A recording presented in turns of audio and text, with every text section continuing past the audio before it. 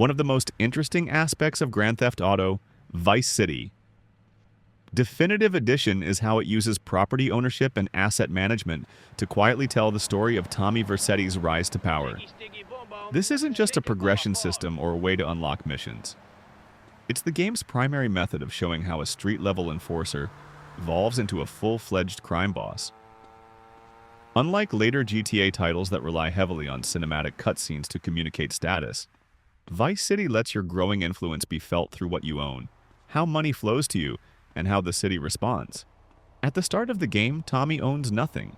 He's living out of hotels, taking orders, and constantly being reminded that he's an outsider who owes everyone something. Money is scarce, weapons are limited, and most missions feel reactive rather than strategic. That changes the moment property ownership becomes available. Purchasing assets like the Malibu Club, the Printworks, the Boatyard, the film studio, and Sunshine Autos isn't optional side content. It's mandatory for story progression. Each property represents a different sector of Vice City's criminal economy, from drug manufacturing and money laundering to pornography, smuggling, and car theft. What makes this system effective is that every asset comes with its own set of missions that directly reflect how that business operates. The Printworks involves forging money plates and eliminating threats to counterfeit production, reinforcing the idea that Tommy is now manipulating the economy itself, rather than just robbing it. The film studio parodies the adult film industry, but its missions show Tommy leveraging blackmail, intimidation, and logistics to control distribution and profit.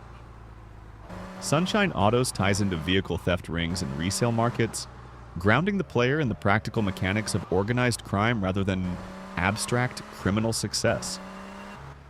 The Malibu Club stands out as the clearest symbol of Tommy's shift in status. Initially just another expensive purchase, it becomes the centerpiece of a full-scale casino heist involving planning, recruitment, and execution.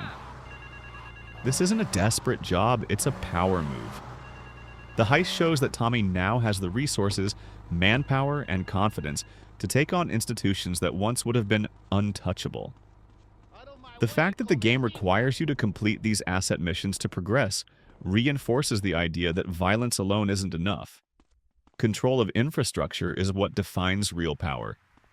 In the Definitive Edition, this progression remains intact, and the visual upgrades subtly enhance the feeling of ownership.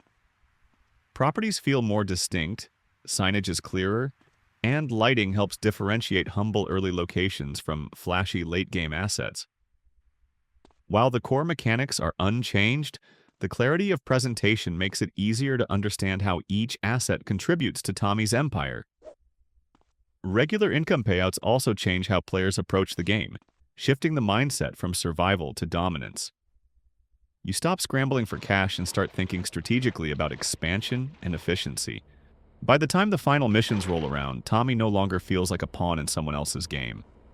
He's issuing orders, defending territory, and protecting an empire he built piece by piece. Property ownership is the silent narrator of that transformation. It shows that power in Vice City isn't just taken through violence, it's secured through systems, revenue, and control.